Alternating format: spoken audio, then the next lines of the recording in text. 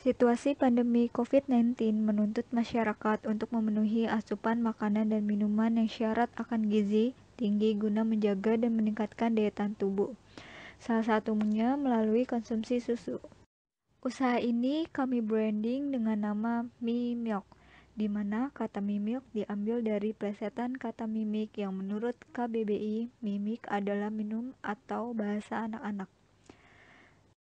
Susu sapi dengan kombinasi buah kurma segar yang tentunya sehat untuk dikonsumsi setiap hari untuk meningkatkan imunitas tubuh di era pandemi COVID-19 ini.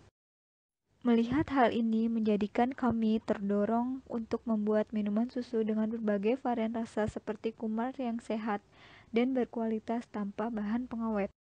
Target pasar. Produk akan kami branding menggunakan nama Mi Milk dengan harga jual 15.000 per botol. Usaha akan kami pasarkan di outlet-outlet di depan swalayan seperti Indomaret, Alfamart, Alfamidi, Giant, dan sebagainya. Selain itu, memanfaatkan relasi koperasi tempat kerja anggota kelompok. Sasaran pembelinya yaitu mencakup semua kalangan masyarakat, baik kalangan bawah, menengah, ataupun kalangan atas. Dari semua kalangan tersebut, sebagian besar mampu untuk membeli produk yang kami tawarkan dengan harga yang cukup terjangkau untuk semua kalangan dan kaya akan kesehatan. Strategi pemasaran. Yang pertama, dari mulut ke mulut. Bercerita dengan teman-teman kita atau keluarga untuk mempromosikan usaha kita, sehingga secara tidak langsung semua konsumen masyarakat akan mengetahui usaha kita. Apabila usaha kita disukai oleh orang lain, maka konsumen akan memberitahu kepada orang lain. Yang kedua, dengan media sosial. Selain promosi dari mulut ke mulut, promosi juga dapat dilakukan dengan menggunakan media sosial, seperti Facebook, Twitter, Instagram, dengan nama usaha kami Milk. Yang ketiga, mendistribusikan ke warung atau toko.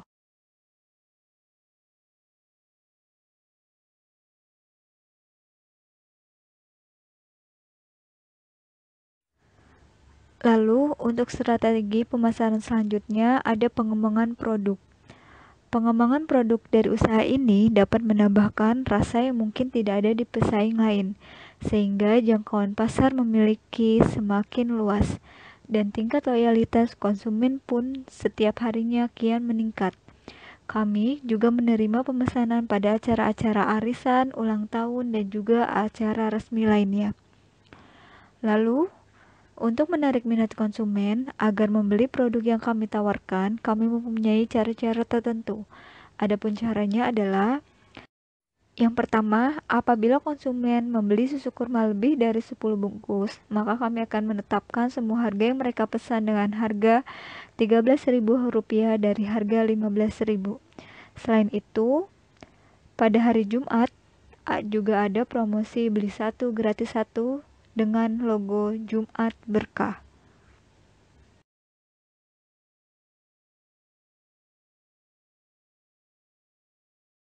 Selanjutnya adalah modal yang dibutuhkan. Modal yang dibutuhkan ada dua, yaitu biaya tetap dan biaya variabel.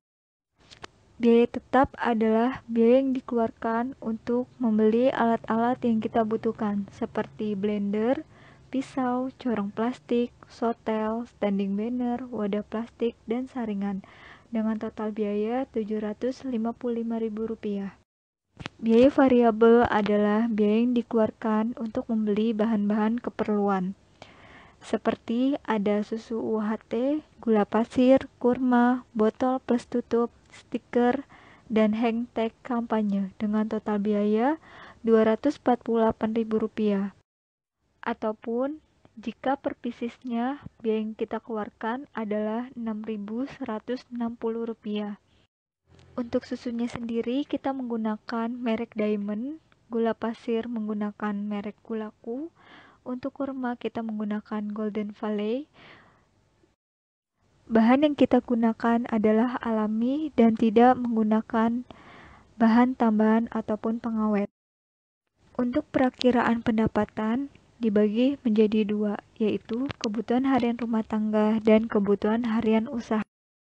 Untuk kebutuhan harian rumah tangga, itu ada 4 komponen. Yang pertama adalah listrik dengan harga 7.560 per hari. Yang kedua ada air PDAM 10.500 per 10 liter, transportasi 20.000 per hari, dan konsumsi 30.000 per hari.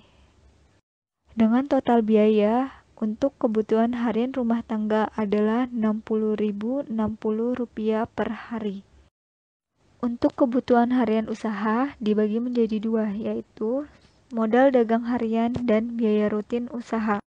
Total seluruh kebutuhan harian adalah Rp246.400 per hari. Selanjutnya, perakiraan pendapatan. Yang pertama, menghitung laba bersih. Laba bersih harus 2 kali lipat dari jumlah kebutuhan rumah tangga yang dikeluarkan. Karena harapannya agar kebutuhan rumah tangga terpenuhi dan juga kebutuhan usaha terpenuhi. Jadi, Rp68.060 dikali 2. Jadi total laba bersih yang harus didapat adalah Rp136.120 per hari. Lalu ada menghitung laba kotor. Jumlah laba bersih plus biaya rutin usaha. Yang didapat adalah Rp216.120 per hari. Dan menghitung hasil penjualan adalah jumlah laba kotor ditambah modal dagang harian. Yang didapat adalah Rp382.520 per hari. Yang keempat, perakiraan pendapatan per bulan hasil penjualan harian dikali 30 hari. Jadi, perkiraan pendapatan per bulan sebesar Rp11.475.600. Pengembangan produk ke depan dari kami adalah tak berhenti dengan olahan kurma saja. Kami akan terus dengan menyediakan produk-produk olahan susu yang bervariatif disediakan dengan kebutuhan dan season pasar. Ada 3 yang kami akan menjadikan inovasi. Yang pertama, fermentasi, aneka buah, dan selera anak muda. Untuk fermentasi, kami akan terus menyediakan minuman sehat dan bermanfaat. Aneka buah, untuk menghindari rasa bosan terhadap buah kurma, kami akan terus mengembangkan aneka varian buah untuk produk kami. Untuk selera anak muda, dengan varian yang sedang happening, kami akan menyasar jiwa-jiwa muda yang suka tantangan. Pengembangan produk ke depan. Yang pertama, ada fokus. Inovasi akan terus kami kembangkan, namun susu kurma sebagai produk utama kami akan tetap kami tonjolkan dengan rutin mengevaluasi pasar melalui survei kepuasan pelanggan setiap pembelian. Dan juga disesuaikan dengan season pasar yang sedang happening.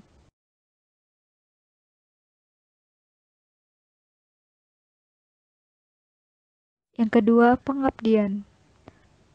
Kami akan tetap menjalankan kampanye kami untuk terus peduli dengan lingkungan, khususnya penanganan sampah plastik di Indonesia.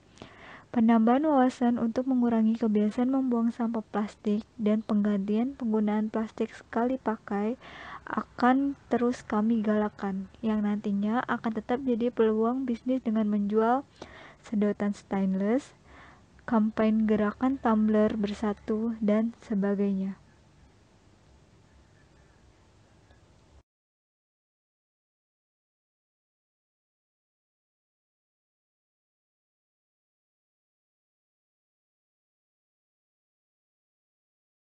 Kelebihan usaha Mimilk. Kekuatan produk kami adalah banyaknya permintaan olahan minuman sehat dan bergizi, serta konsumsi suhu yang masih rendah di Indonesia, menjadi peluang untuk dapat masuk ke segmentasi pasar olahan minuman sehat. Begitu juga dengan adanya tren minuman kekinian yang memiliki citra rasa unik dan penampilan yang unik. Usaha ini juga aktif dalam kampanye 3R sebagai bentuk upaya penanggulangan masalah sampah plastik dengan memanfaatkan botol yang unik serta promo menarik dengan kreasi dari pemanfaatan botol bekas minum.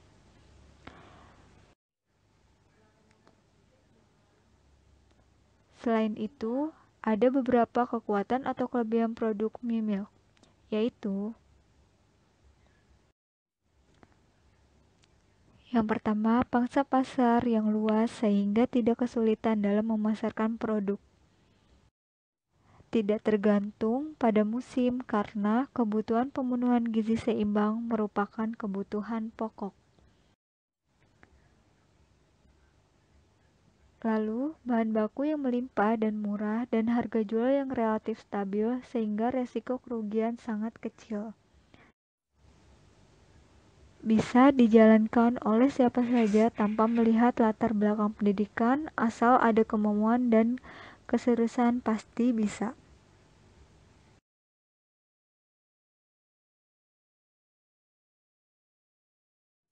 Risiko usaha dan solusi. Yang pertama, siklus tren cepat berputar. Sebisa mungkin ikuti tren yang sedang menggeliat pada waktu tersebut.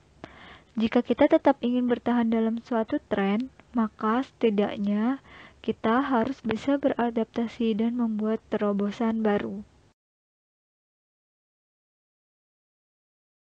Yang kedua, konsumen Indonesia cepat merasa bosan. Solusinya adalah untuk membuat masyarakat tidak bosan dan meninggalkan bisnis kalian. Salah satu hal yang bisa dilakukan adalah dengan terus berinovasi. Munculnya inovasi pada kuliner yang kalian jual akan membuat masyarakat secara konsisten penasaran.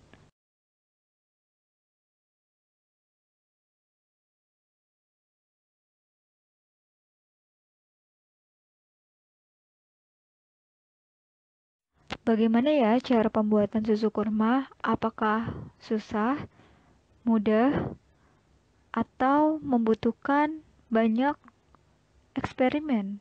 Yang pertama, kurma yang sudah kita potong dan dipisahkan bijinya, kita masukkan ke wadah untuk siap kita blender. Yang kedua, kita tuangkan susu secara perlahan.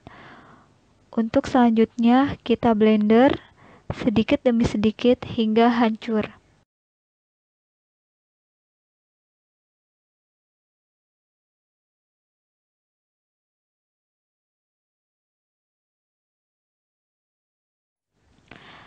Lalu ketika sudah hancur atau terasa lebih halus kurmanya, kita tambahkan susu sedikit demi sedikit untuk menghomogenkan susu dan kurma tersebut.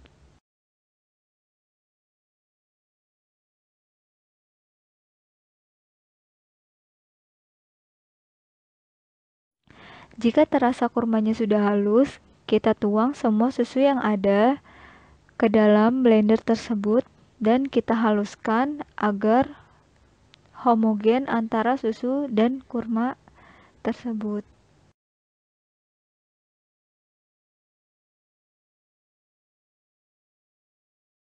Lalu kita saring agar ampas dari kurma-kurma tersebut tidak menyatu dengan susu kurma yang akan kita tuang ke botol-botol wadah. Agar ada terasa varian kurma terasa nyata, maka kurma yang sudah kita potong-potong, kita masukkan ke dalam botol wadah yang sudah kita siapkan. Lalu yang sudah kita saring tersebut kita tuangkan ke dalam botol wadah tersebut. Jika sudah, kita tutup botolnya dan kita beri label botol tersebut dengan logo Mimilk. Let's join with us dengan Facebook Susu Kurma Mimilk, Instagram Susu Kurma Mimilk, Twitter @mimilk, dengan WhatsApp dengan nomor